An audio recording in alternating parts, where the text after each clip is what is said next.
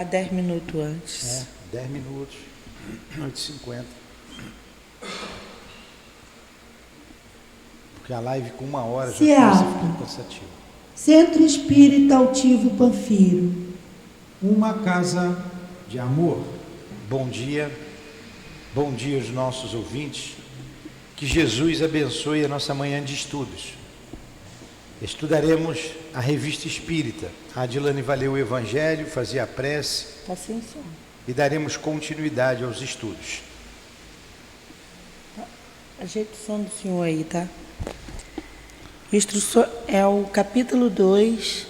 Meu reino não é deste mundo. Instruções dos Espíritos, uma realeza terrestre. Quem melhor do que eu pôde compreender a verdade destas palavras de Nosso Senhor? Meu reino não é deste mundo. O orgulho foi a minha perdição na terra. Quem, pois, poderia compreender o nada que os reinos terrestres representam se eu não compreendia? O que levei comigo da minha realeza terrestre? Nada, absolutamente nada. E como para tornar a lição mais terrível, a realeza não me seguiu até o túmulo. Rainha era eu entre os homens. Rainha eu acreditava entrar no reino dos céus. Que desilusão, que humilhação, quando, em lugar de ser recebida como soberana, eu vi acima de mim, mais bem acima, homens que eu considerava insignificantes e que desprezava porque não tinha sangue nobre. Oh, nesse momento compreendi a inutilidade das honras e das grandezas que se buscam com tanta avidez sobre a terra. Para se preparar um lugar no reino dos céus, é preciso abnegação, humildade, caridade em todas as perfeitas práticas e benevolência para todos. Não se pergunta o que fomos, qual a posição que ocupamos, mas o bem que fizemos, as lágrimas que enxugamos. Ó Jesus, disseste que teu reino não é deste mundo, pois é preciso sofrer para chegar ao céu. E os degraus do trono não nos aproximam dele. São os caminhos mais penosos da vida que nos conduzem a ele. Procuremos, pois, o caminho entre as dificuldades e os espinhos, e não entre as flores. Os homens correm em busca dos bens terrenos, como se pudessem guardá-los para sempre. Mas aqui não há mais ilusões. Eles logo se apercebem de que se apoderaram apenas de uma sombra e negligenciaram os únicos bens sólidos e duráveis, os únicos que lhes seriam proveitosos na morada celeste, os únicos que poderiam dar entrada a essa morada. Tenham piedade daqueles que não ganharam o reino dos céus e ajudem-nos com suas preces, porque a prece aproxima o homem do Altíssimo. É o traço de união entre o céu e a terra. Não esqueçam, uma rainha de França, 1863. Querido Jesus, nos reunimos em teu nome e em nome de Deus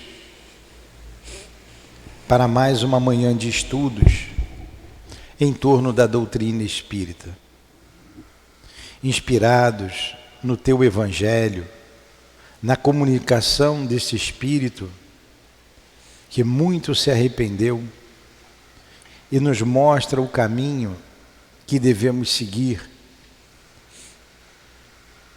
o caminho que nos mostra a realidade da vida, a vida espiritual. O que levaremos conosco?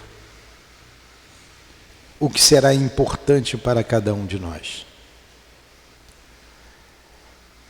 Rogamos, Senhor, que em Teu nome possamos evocar os nossos benfeitores e guias, diretores desta casa de amor, o nosso irmão altivo, com os espíritos que guiam a nossa casa. Em nome desses irmãos queridos, em nome de Allan Kardec, o responsável pelos estudos de hoje, dos espíritos da codificação, em nome de Leon Denis, em nome do amor, em nome do nosso amor, mas acima de tudo, em nome do amor de Deus e do Teu amor, Jesus, que damos por iniciados os estudos desta manhã. Que assim seja.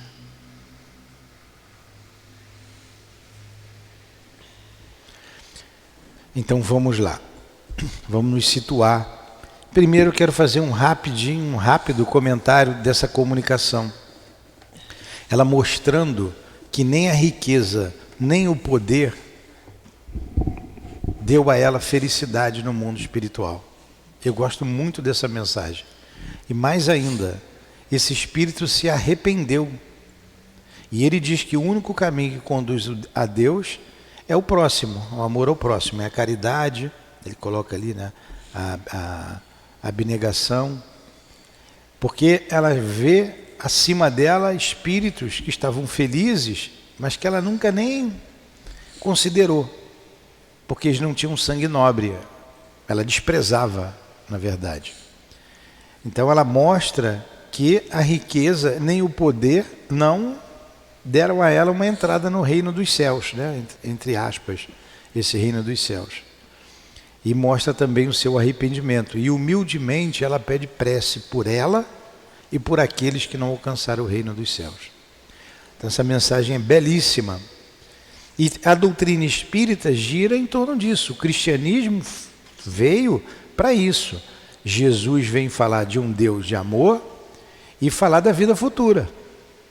E que havia muitas moradas na casa do Pai. A doutrina espírita vem falar da vida espiritual. Ampliar o que Jesus disse, ratificar o que ele disse e ampliar. Falar dessa relação do mundo espiritual com o mundo material. Abre novos horizontes para nós, encarnados. E o que vem a ser, o Maurício, a Revista Espírita? O que é a Revista Espírita? Você que está vindo pela primeira vez. A Revista Espírita foi um periódico mensal. Nós estamos estudando a revista de fevereiro de 1858, que Allan Kardec resolveu publicar. Ele resolveu publicar para que ele tivesse um termômetro, se eu posso assim me expressar, do movimento que o Espiritismo estava causando na sociedade. As cartas que ele recebia, ele colocava aqui. Então, uma maneira de popularizar a doutrina espírita, dela alcançar o maior número de pessoas possível, e ele ali se correspondia com muita gente. Foi divulgando, ele recebia cartas do mundo inteiro, de diversos médiuns, e ele foi colocando aqui. Nem tudo que está aqui está nos livros da codificação. Mas tudo que está na codificação está aqui, na Revista Espírita. E às vezes de maneira um pouco incompleta, principalmente essas primeiras revistas de 1858. Então para você, 58, 59, 60, depois fica mais doutrinária as publicações das revistas. O Livro dos Espíritos foi lançado em 1857, 18 de abril de 1857. A Revista Espírita Ele lança a primeira revista em 1858, em janeiro de 58, quer dizer, menos de um ano. Então, ele publicou janeiro de 58 e até o desencarne, em 1869. Quem estudar a revista espírita vai conhecer profundamente a doutrina espírita. Ela é fundamental, é pouco lida, mas é fundamental para solidificar a nossa crença. Na aula passada, nós estudamos aqui a escala espírita, tem lá no Livro dos Espíritos. Nós já estudamos algumas coisas, mas semana passada terminamos a escala espírita. Então nós aconselhamos você a estudar o Livro dos Espíritos, que é a base, depois estudar as outras obras, junto com a revista. Toda quarta-feira de manhã a gente está aqui estudando a revista. Então os espíritos dividiram, os espíritos superiores classificaram os espíritos em 3 ordens. Né? Nada tem de absoluto nisso, mas foi a maneira que eles encontraram de classificar os espíritos. Então ele botou uma 3ª ordem de espíritos imperfeitos, uma 2ª ordem de espíritos bons e uma 1ª ordem, os espíritos puros. O espírito puro não tem nenhuma classe, não tem nenhuma influência da matéria. Os espíritos imperfeitos, como nós, os valores materiais sobrepujam os valores espirituais. Então nós damos muito mais valor que a da matéria, o ter, o dia a dia. Olha lá a mensagem da Rainha de França. Por isso que eu fiz um comentário. Ela valorizou o que é da matéria, um espírito imperfeito, embora fosse uma rainha. Os bons espíritos valorizam mais o que há do espírito. Os valores materiais sobrepujam os valores materiais. Você vê aí um Chico, como ele valorizava um Gandhi. Você vê quantos espíritos valorizam mais o mundo espiritual do que o mundo material. Dentre essas 3 ordens, tem mais coisas, eu falei bem superficialmente, tem várias classes. Dos espíritos imperfeitos são 5 classes, que são os espíritos impuros, os espíritos levianos, os espíritos pseudo-sábios, espíritos batedores e espíritos neutros. Então ele vai dizendo que cada classe dessa, que espíritos pertencem a essas classes. Nos bons espíritos, ele classificou em 4. Espíritos bons espíritos, espíritos de sabedoria e espírito superior, mas tem um no meio ainda aí, espíritos sensatos. Tá. E ele, nessa classificação, ele diz que o que caracteriza aqueles espíritos. E nós encarnados nos encaixamos ali. Opa, eu estou aqui. Eu sou imperfeito, mas às vezes eu faço coisas que o espírito bom, olha a transição, que o espírito bom faz. Então a gente está numa luta muito grande. E hoje, terminado esse estudo sobre a classificação dos espíritos, a gente vai estudar aqui, vai ler uma mensagem da Mademoiselle Clairon. Mademoiselle é senhorita, né? Vamos falar Clara, que é mais fácil? E o fantasma? Mademoiselle. Vamos falar. Mademoiselle Clara, que é melhor, que é mais fácil. Senhorita Clara. Vamos lá. Esta história Clairon. Produziu celeuma. O que é uma celeuma? Uma discussão, né? Um barulho qualquer, um tumulto. Em seu tempo. Continua, Edilane. Esta história. Posição heroína. Começa essa história. Essa história produziu celeuma em seu tempo, pela posição da heroína e pelo grande número de pessoas que a testemunharam, a despeito de sua singularidade. Provavelmente teria sido esquecida de Melle se Mademoiselle Clairon não tivesse consignado em suas memórias, de onde extraímos o relato que se segue. A analogia que ela apresenta com alguns fatos que se passam em nossos dias dá-lhe um lugar natural nesta coletânea.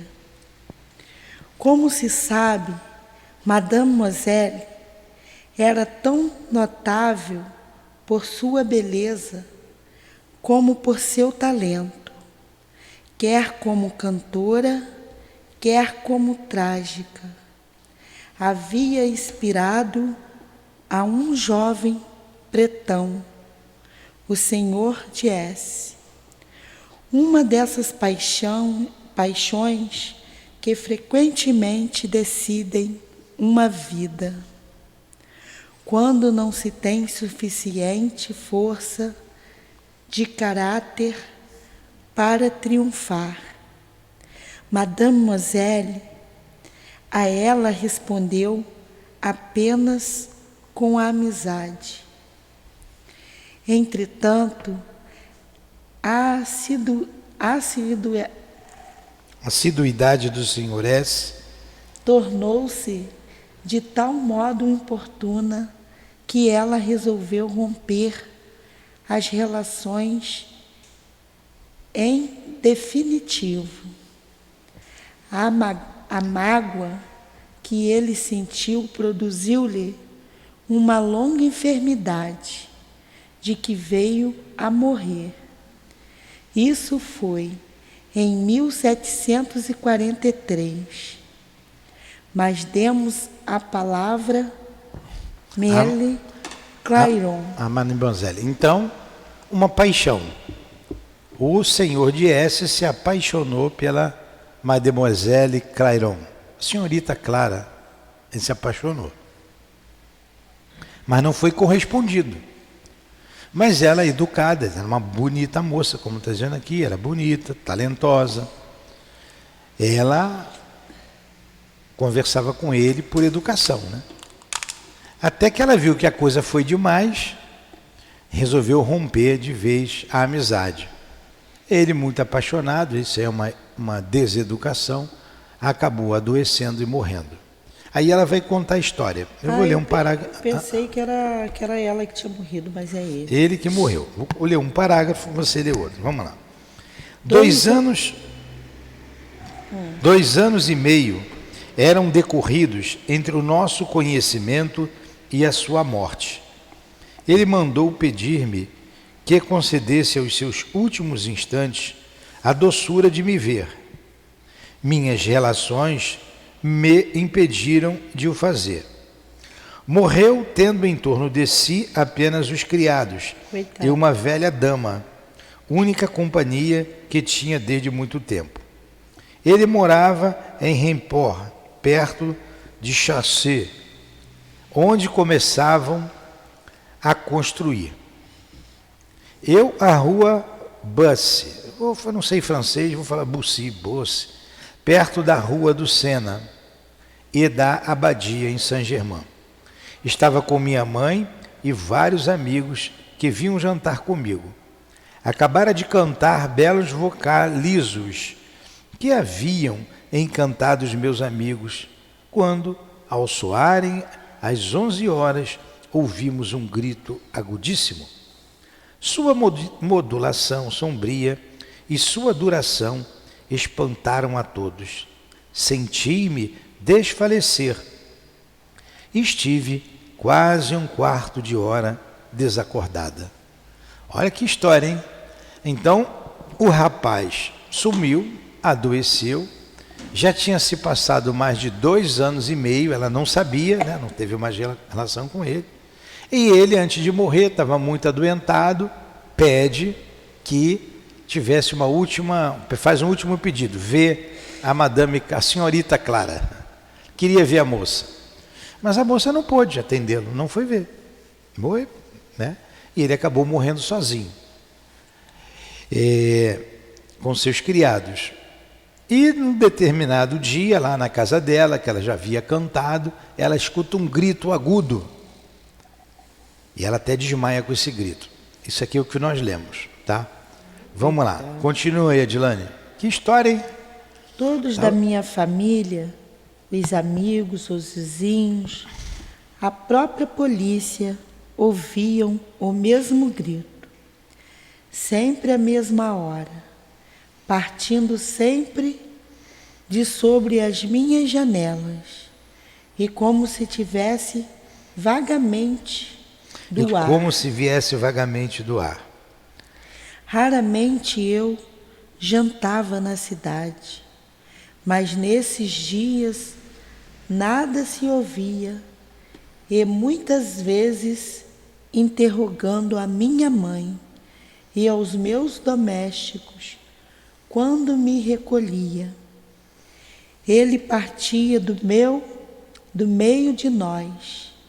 Uma vez, o presidente DB, com quem eu havia jantado, quis acompanhar-me para certificar-se de que nada me havia ocorrido.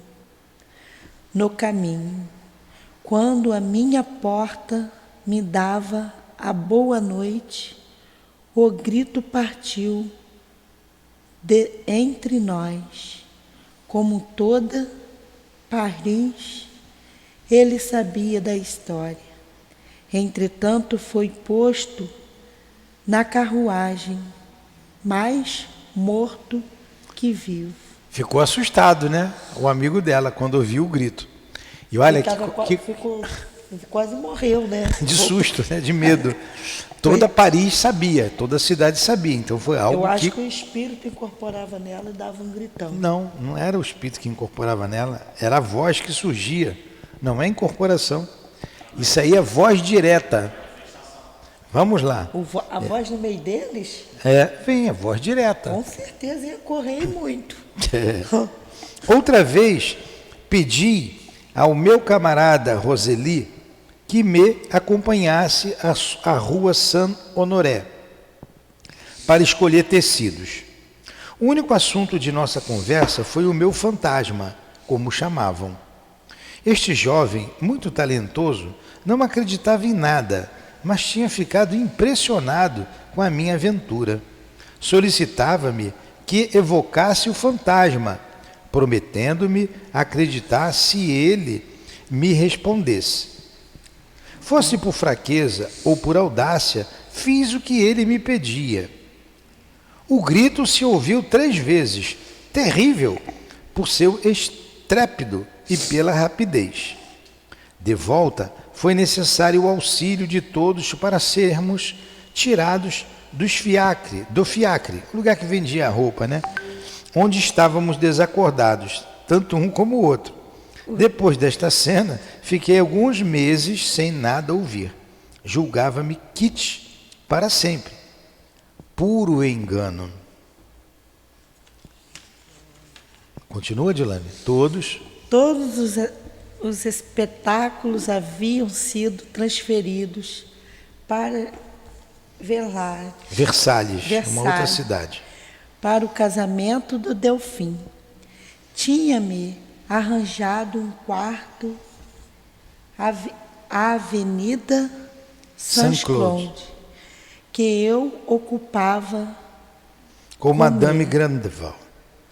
Às 3 da manhã, eu lhe disse: estamos no fim do mundo. Seria muito difícil que o grito nos viesse procurar aqui. Estalou Madame Gradfon. Pensou que o inferno inteiro estava no quarto. Correu em camisa de alta abaixo da casa, onde ninguém pôde pregar olhos durante a noite. Pelo menos foi a última vez que ouvimos. Então deu um maior gritão lá. Então vamos lá. O espírito correu, a moça correu, né, pela casa com o grito que aconteceu ali. E no parágrafo anterior, ela estava com um jovem que não acreditava nada, ele pediu para evocar o espírito para saber o que ele queria. O espírito apareceu e deu um berro, caiu um para um lado, outro para o outro. Acabaram que não perguntaram nada para o espírito. Essas histórias, né, que conta a nossa avó, né? Parece essas histórias de assombração. Olha, vejam só o sentimento, como continua. Uma paixão mal resolvida, né? Não vou dizer que isso seja amor. O que é uma paixão? A gente primeiro tem que saber o que é uma paixão. Paixão é um exagero de um sentimento ou de uma necessidade natural. Isso aqui é paixão. Então você come, é uma necessidade natural se alimentar. A gula é uma paixão, que vai ter consequências. Estudar é uma necessidade natural? Conhecer. Se você exagerar, é uma paixão. Aí o estudo, uma paixão boa. A gula, uma paixão ruim. Então, tem as boas paixões e as paixões ruins. O sexo é uma necessidade natural. O exagero, uma paixão, se torna uma paixão ruim. E por aí vai, né? Sentimentos e necessidades natural. Então o sentimento do amor se exagerou nele e ele não ficou inconformado. E mesmo sem o corpo físico, o corpo é apenas uma vestimenta. A alma continua com seus sentimentos, com a sua individualidade. A rainha de França, ela falou, ela se expressou o seu sentimento, o que ela sentiu, o que ela viu. E aconselhou. Ela estava ali, só não estava mais com a roupa, não estava mais com o cetro, não estava mais no poder, não estava mais no castelo dela. Mas era ela. Então, a Lourdinha é a Lourdinha. O altivo é o altivo. Só não está mais com o corpo dele. A Elvira é Elvira, Cidinha e por aí vai. Seja quem for, o marido, a esposa, a mulher, o filho, continuam sendo, mantendo a sua individualidade. E claro, quando são ajudados, quando são orientados, eles conseguem ver a vida diferente, começa a recordar-se do passado, então começa a ter uma, eu não sei se eu posso chamar, personalidade vem de persona, né? Então eles não são mais personalidades, mas começa a ter uma consciência maior, mais integral, porque o acúmulo das outras experiências ele vai ter naquele momento, ele vai ter uma visão maior da vida, e ali ele é tratado, ele é encaminhado. Mas quando ele está focado nas coisas da terra, do mundo, ele vai ficar preso no mundo. Se a rainha tivesse presa ao que era dela, ela podia estar naquele castelo dela até hoje. A comunicação foi ali, pouquinho depois, né? 1860 e pouco, né? Depois vigiava ali Napoleão III, né? Napoleão III. Então ela morreu, eu não posso identificar a rainha, mas ela deu a mensagem dela. Ela não ficou presa no castelo. A gente pega o livro Céu e Inferno, tem ali um espírito que está preso à casa há 200 anos. Né? Como é que é o nome dele? É o espírito de Castelnembé. Uma história de assombração, uma casa mal assombrada. Ninguém entrava na casa. A casa ficou fechada 200 anos.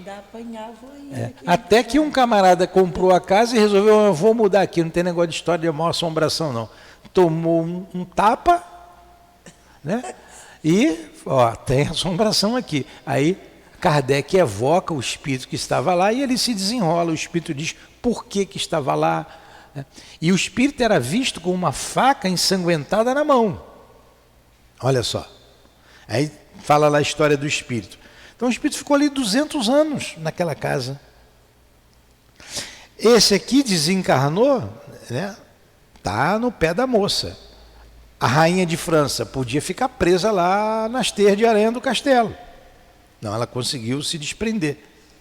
Então, dependendo do espírito, ele vai se desprender ou não daquela situação. E, em muitas vezes, é necessário a intervenção de outros espíritos para conversar com ele, para orientá-lo, para convidá-lo a enxergar a vida de outro modo. Quando a gente sai do corpo, ô Maurício, é igual você botar uma roupa apertada ou uma roupa muito pesada uma jaqueta, vai lá para o sul, o pessoal bota aquele roupa pesada, ou uma roupa muito apertada, uma roupa de neoprene, por exemplo. Sabe o que é neoprene, né? O mergulhador usei muito neoprene, mergulhava. Quando você tira a roupa, você parece que está com ela ainda, né? Aquele peso leva um tempo para voltar ao normal. É isso que acontece. Quando o espírito morre, ficou 50, 60, 70, 80 anos no corpo, ele sente, dependendo do corpo, ele sente. Então ele vai ter vontade, gosta de tomar um cafezinho de manhã, todo dia? Ele vai ter vontade de tomar um cafezinho. Se ele gosta de tomar um cafezinho, fumar um cigarrinho, não tem gente que tem esse hábito, ele vai desencarnar, vai querer tomar o cafezinho e vai querer fumar um cigarrinho.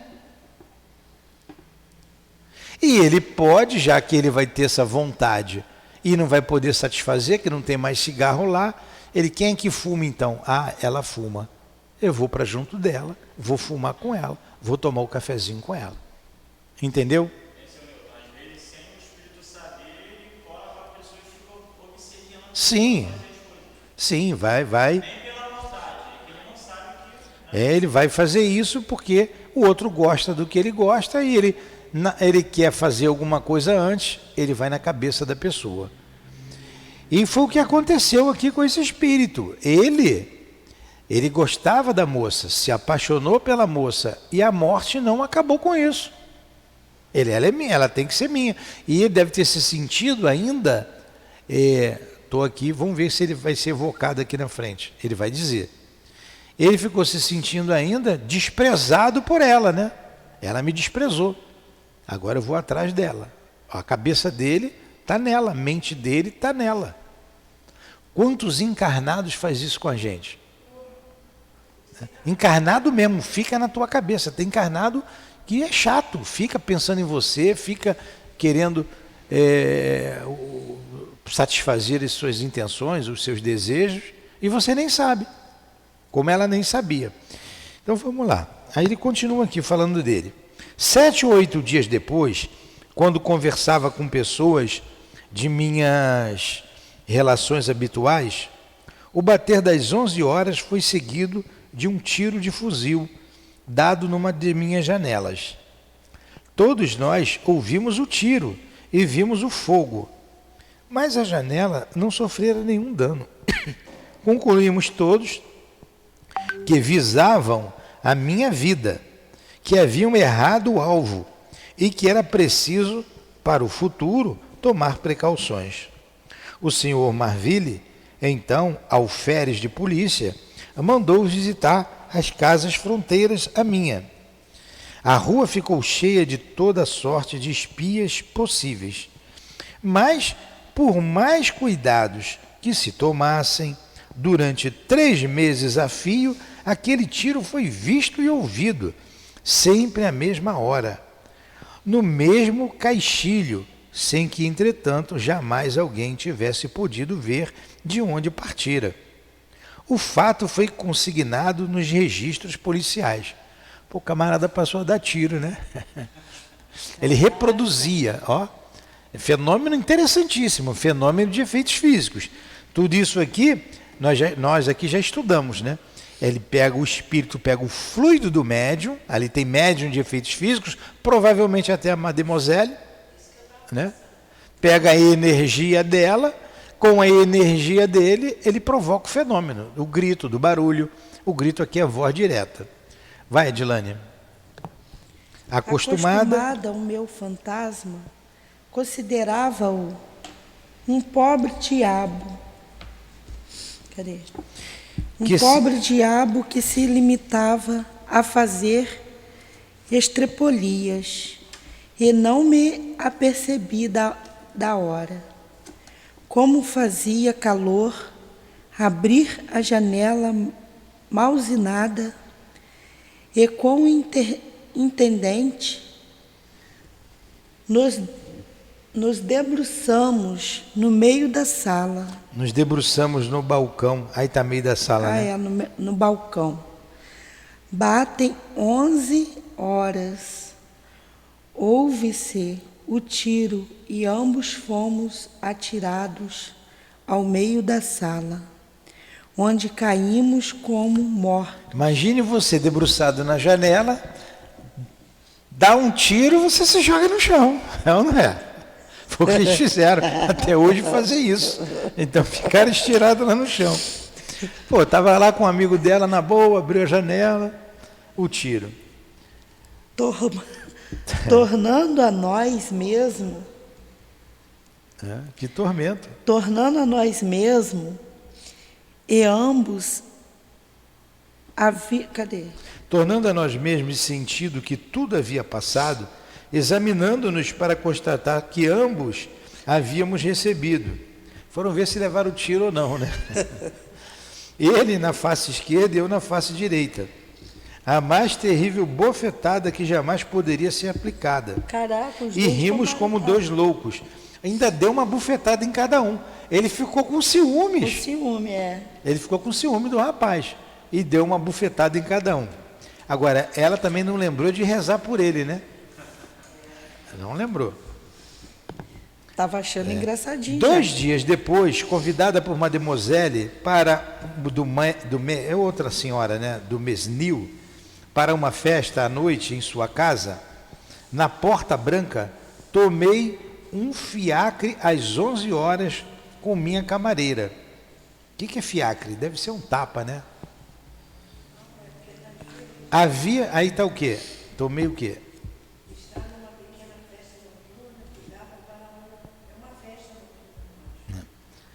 Havia um...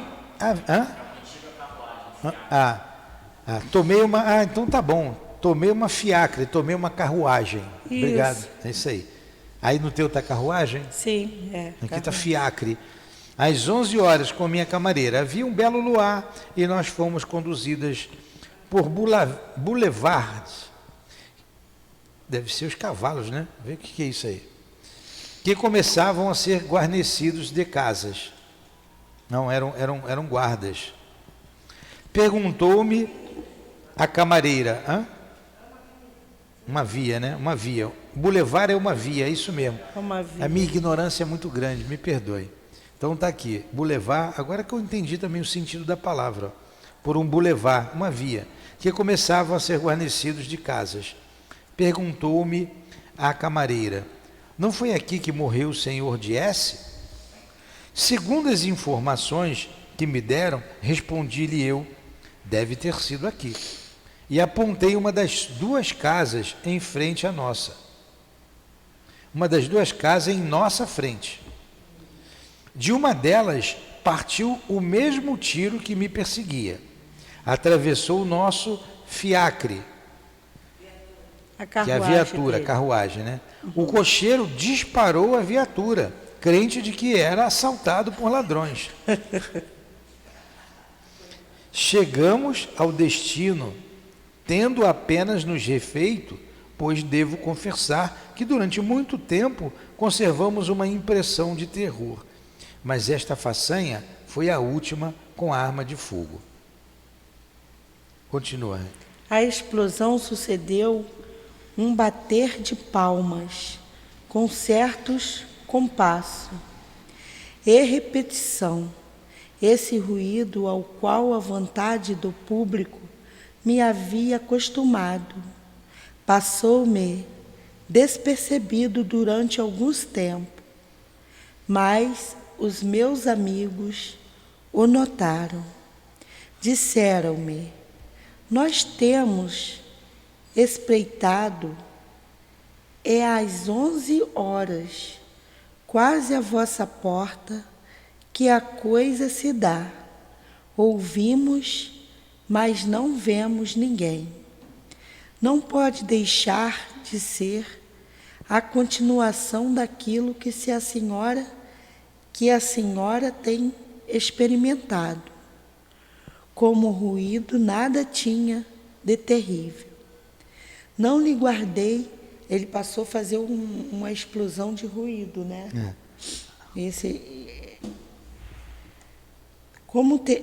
Nada tinha de terrível.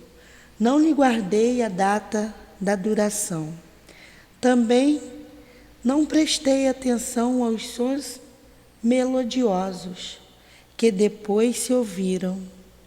Parecia uma voz celeste dando o mote de uma área nobre e tocante, prestes a ser cantada.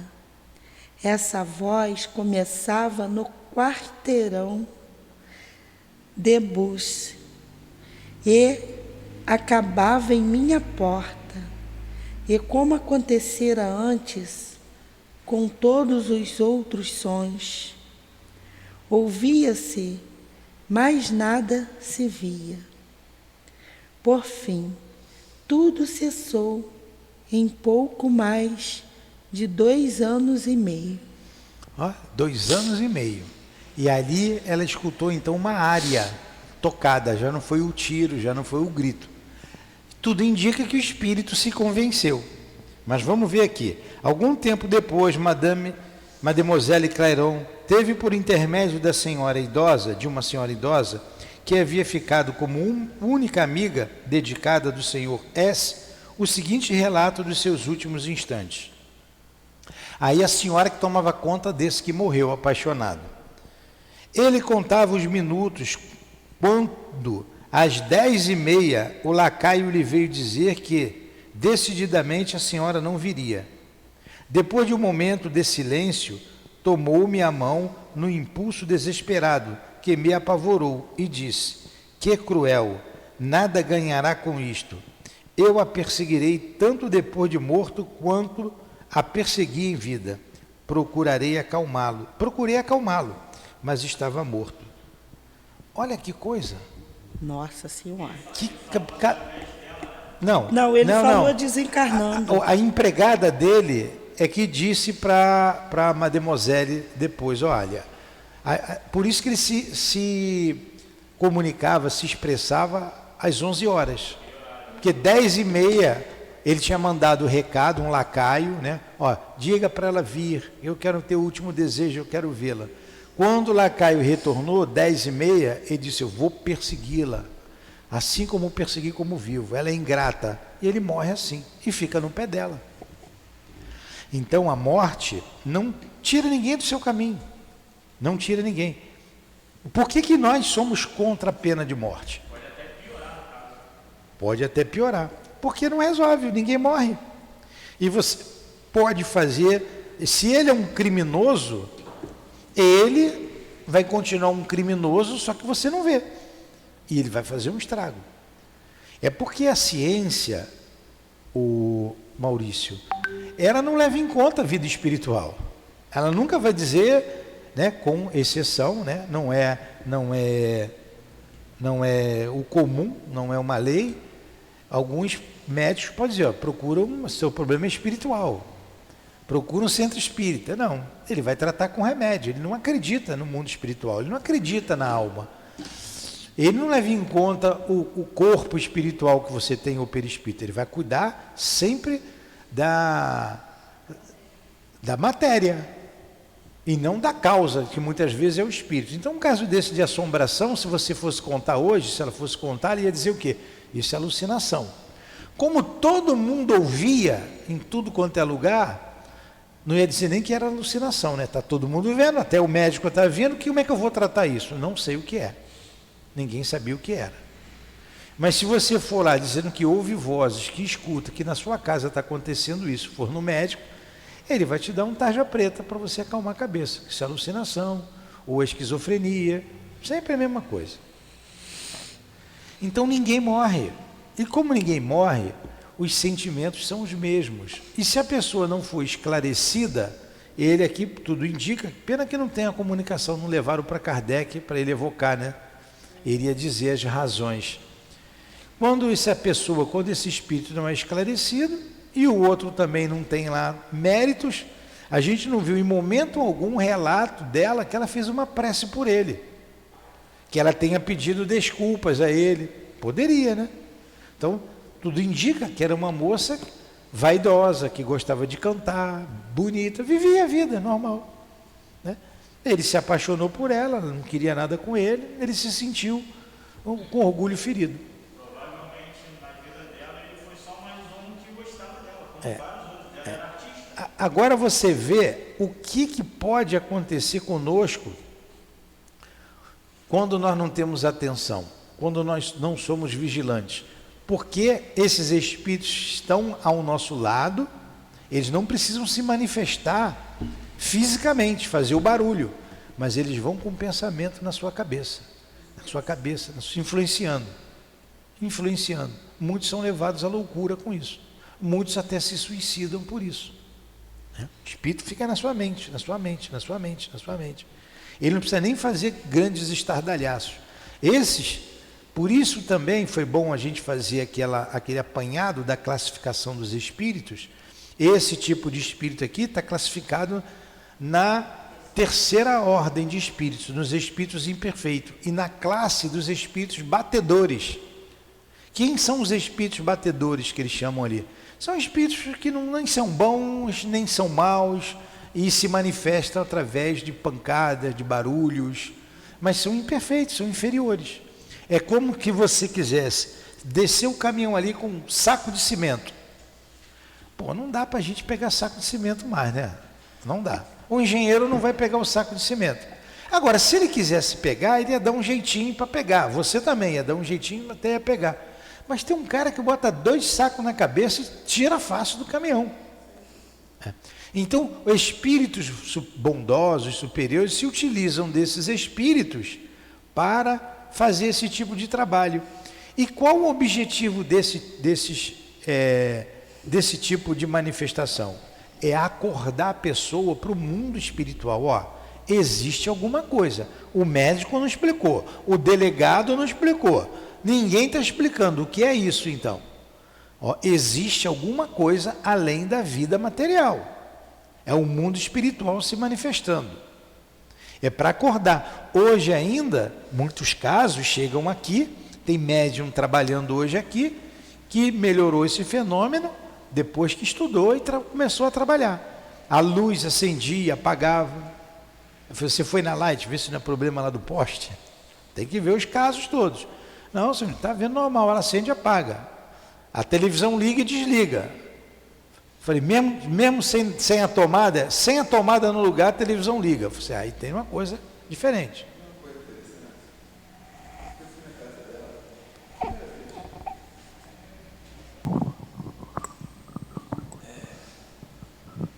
Quando eu fui na casa da Rejane, eu notei que a luz ficava acendendo e piscando. Eu falei, mas rapaz, você não ajeita essa lâmpada? Eu vou trocar. Troquei, continuou. E quando ela veio para minha casa, a minha lâmpada começou a piscar. Eu falei, não é possível. A minha não. Aí eu fui lá e trocava. E está lá piscando até hoje o troço. Eu nunca mais notei piscar, realmente eu nunca mais notei piscar. Mas piscar, eu nunca tinha visto a minha lâmpada piscar. Quando ele entrou na minha casa, começou a piscar. Isso aí. Por quê? Ela tem muita energia, nós já falamos isso para ela, que ela tem que dar passe urgente, mas para isso ela tem que estudar. Né? Segunda-feira você não deixa de vir com ela e fazer o livro dos espíritos. Por quê? Ela tem muito fluido, distraída da vida, com a cabeça no mundo. Cabeça no mundo não é cabeça mundana, cabeça nas coisas da vida. É o comer, o beber, as preocupações do dia a dia, não dá importância para a vida espiritual. Então ela tem uma energia, que é o fluido, ela é médium de efeitos físicos, e o espírito olha, pega aquela energia e pode provocar barulho, pode provocar a porta abrir e fechar, pode provocar um tiro. Ela tem muita energia, essa moça. Se ela não canalizar essa energia, é igual uma panela de pressão, uma hora tem que sair. Aí desvia para várias coisas. Muitas pessoas se mergulham nos vícios, nas drogas, nas bebidas, no sexo, na parte física, vai correr de manhã, de tarde, de noite para se sentir bem. Corre de manhã, de tarde e de noite. Eu antes de trabalhar, eu já tinha que ser atleta onde eu trabalhava. Eu fazia lá, fui competir fora. Então de manhã eu fazia uma corrida rápida de 5 km, que eu fazia em 15 minutos. Era um cavalo para correr. E de tarde eu corria 15 quilômetros, 20 quilômetros, conforme Todo dia. Então, muita energia eu tinha que canalizar. Quando a gente conheceu a doutrina espírita, opa, estou desperdiçando energia. Eu posso pegar essa energia, ajudar a curar, ajudar os espíritos a usarem essa minha energia, e eu vou angariar a simpatia deles, a bondade deles, e a gente vai se equilibrando, Hã? Aí eles vão tomar conta desse fluido. Enquanto você não tiver esse auxílio espiritual, vai queimar um monte de lâmpada. Vamos encerrar? Está vendo como está sendo esclarecedor para você muita coisa? Eu comecei a correr depois do falecimento da primeira. Aí que eu comecei a correr que nem doido. Bruno não corria, tão borrado. Para a energia, aí você chega a vir. A energia chegava.